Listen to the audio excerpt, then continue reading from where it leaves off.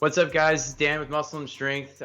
Here today with Physique Pro Brandon Hendrickson. Brandon is roughly a week post-Olympia, so we figured we'd recap after this epic series we released with him, showing off his hard work and dedication in Chicago 6 weeks out. So, Brandon, what's up, man? I mean, I had a great time in Vegas.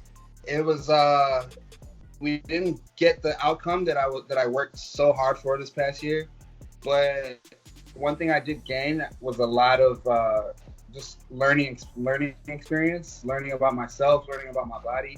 So it wasn't necessarily a loss to me. I gained a lot of motivation from it, and like I said, just a learning experience. I think really, man, at the level that you are at with your physique, it's so minute with what can make or break the look. And it's all about, I mean, bodybuilding is so time critical. With the show, do you feel like you brought your best? Do you feel like you had a strategy that didn't work? I mean, what kind of happened there? No, I definitely didn't. That weekend, I was not 100% Brandon Hendrickson. I can admit that.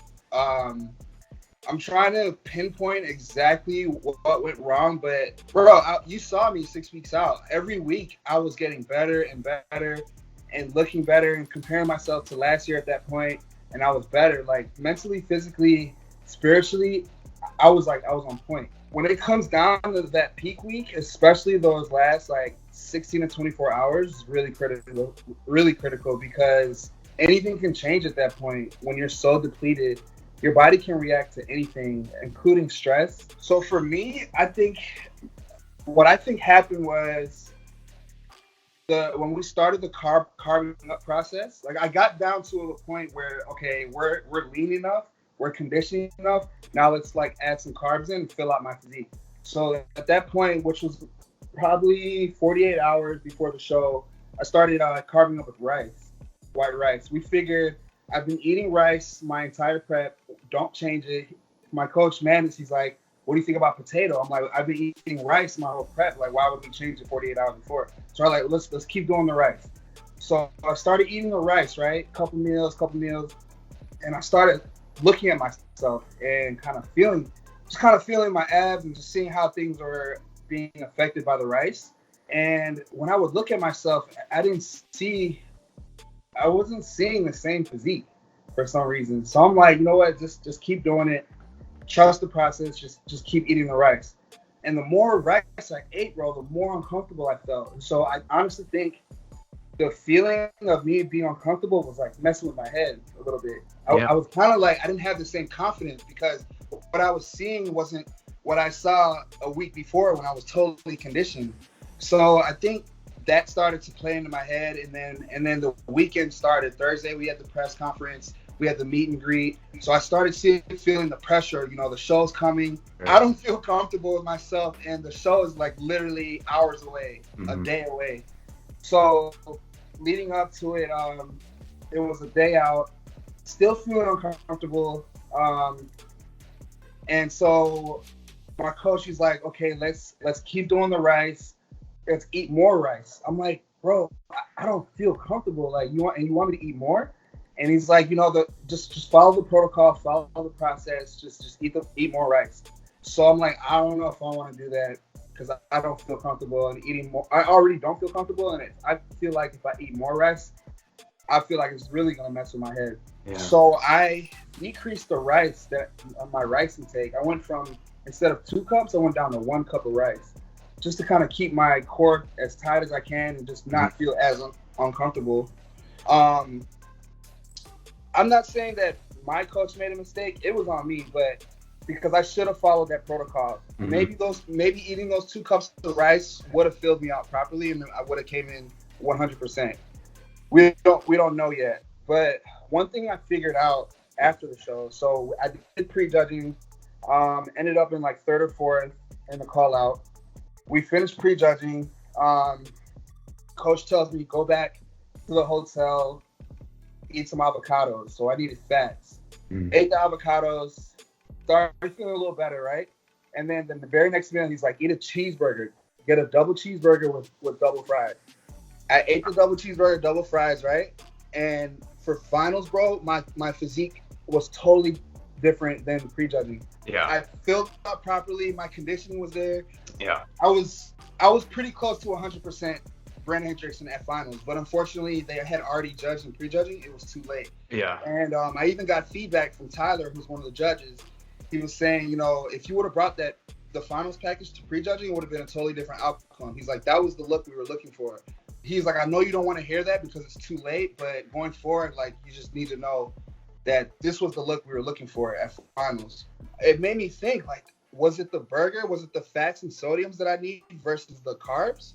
And then I thought about last year, a day out from the show, I had a burger. I had a burger with fries, but I didn't use the bun. Mm-hmm. So I got rid of those carbs. So I'm like, bro, I don't need carbs. I need fats and sodium. That's what's for me, that's what works for me. That's what fills me out properly. So I compared a day out eating the burger last year and right after prejudging eating a burger, and my look was similar after the burger and fries. So I'm like, okay, maybe that's it. And that kind of alleviated some stress because I finally got to pinpoint what went wrong. Sure. Which helped me just understand my body. Like I said, it was a learning experience. And I don't feel bad because I did all the work, bro. It wasn't like I cheated on my diet or I didn't do that cardio. I did more cardio than I even was asked to. Mm-hmm. Because, I felt good. If I feel good, I'm just going to keep going. I'll do those 5 more minutes. So it had nothing to do with my work ethic. My work ethic was on point that whole prep. It was those last 16 to 24 hours where I had to figure out what exactly works for me within that time frame. I think that's the attitude to have, and that's kind of the overall the impression I was getting from you post show was that you did learn a lot about your physique. And for me, like the content I've produced with you in the last 3 years, I mean, I've seen your physique progressively grow, and I don't think there's many people out there that would question your work ethic. Me seeing you 6 weeks out, I knew that you had a very, very clear vision of what you wanted to do. And I think that your fans and especially the Muscle and Strength subscribers, they all know that you did the work, bro. And I think that's the biggest thing with this sport that people don't realize is that it's such a time-sensitive measure, and everyone's body is different. And it's just it's just the topics of, sending someone the same diet as the next person. It's not going to always work. And we talked about this in the What It Takes series. Like you and Mandis have built that relationship for years to figure out your body. So after the show, I saw you had some photo shoots. I'm sure your sponsors did some photo shoots. How was that? Like, did you see your body continue to progress? Like, yeah, dude, I looked amazing. Amazing. Yeah, I was filled out. I was still, fairly lean, but I mean, not as lean because I had been eating the whole night. But all the fats and the sodiums, by the time I had the photo shoot, everything was just bubbly, bro. Yeah. It was, I love the way I looked at the photo shoots the next day, which reassured me that going forward, I know what I need to do. Sure. The night before the show. Yeah. Like it was like plain sight. Like this is exactly what you need to bring 100% Brandon Hendrickson. So like I said, man, it's a learning lesson. I'm happy for Ray. Like he's on my dark sport team. Yeah. Like, we'll keep it in the wolves. Like, and he's got a daughter I've watched him compete for so long, going from the bottom to the top. Like, I'm happy for him and his family. That's great. They rewarded the best man on that day. He was the best man on that day. And like, I can't be mad at that because I didn't bring 100% me. So I have no animosity to anybody who placed higher than me. Mm-hmm. It's redemption time, bro. Yeah. Right after finals, Frank Sepe, he was like, yo, do the Arnold. So I'm like, cool, Mandis, let's do the Arnold Classic. Mandis was like, okay, since it's the first year for the Arnold Australia men's physique, let's do Arnold Australia the very next week. Yeah. So we got Arnold Ohio, Arnold Australia the next week. And then my dad, who's my manager, he's like, well, since you're kind of doing a tour, why don't you keep going and do the Arnold Brazil? Mm-hmm. So now we're doing the Arnold Brazil.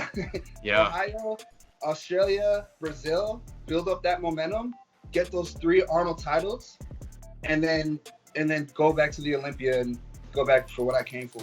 And to me, that's really cool to hear because that, you know, the 90s era of bodybuilding, 80s, 90s, the guys would do so many different shows, tours across Europe, and that allowed so many different people to see the physiques that they admired and wanted to see. And I know you're a competitive guy, and I know you love to battle it out, and I think it's great to see that you're going to keep doing that. So no, that's awesome, man. I'm really happy to hear that, and I think I think that's, you're the person that's going to have the attitude like that, that positivity, that motivation and redemption. And, you know, everyone's super stoked and was really excited to see you on that stage. But one question on a side note. So have you been able to have some cheat meals and kind of get some fun back in the diet a little bit, or what? Yeah, you don't see my cheeks filling out, bro? Bro, what'd you eat, dude? I think the only thing I have left to eat is pizza. So I had like literally everything: macaroni and cheese, hot dog, burgers, like loaded fries. I had chicken enchiladas, which I have been looking forward to forever. Actually, a fan, shout out my fan, Carlos. Carlos's wife. She made a big, huge platter of chicken enchiladas, bro, with the red and green sauces, and they delivered it to me on Tuesday after I got back. Awesome. So yeah, I had those. Like, I've been going crazy. I've been eating all the snacks I wanted. During the day, I'll still eat my clean meals from Eat Clean Chicago. But at night, man, I don't care. I'm just gonna eat whatever I want. Yeah. Like, I'm gonna do that for a week, enjoy myself, and then we'll just back on the grind next week. Well, good stuff, man. That's awesome to hear.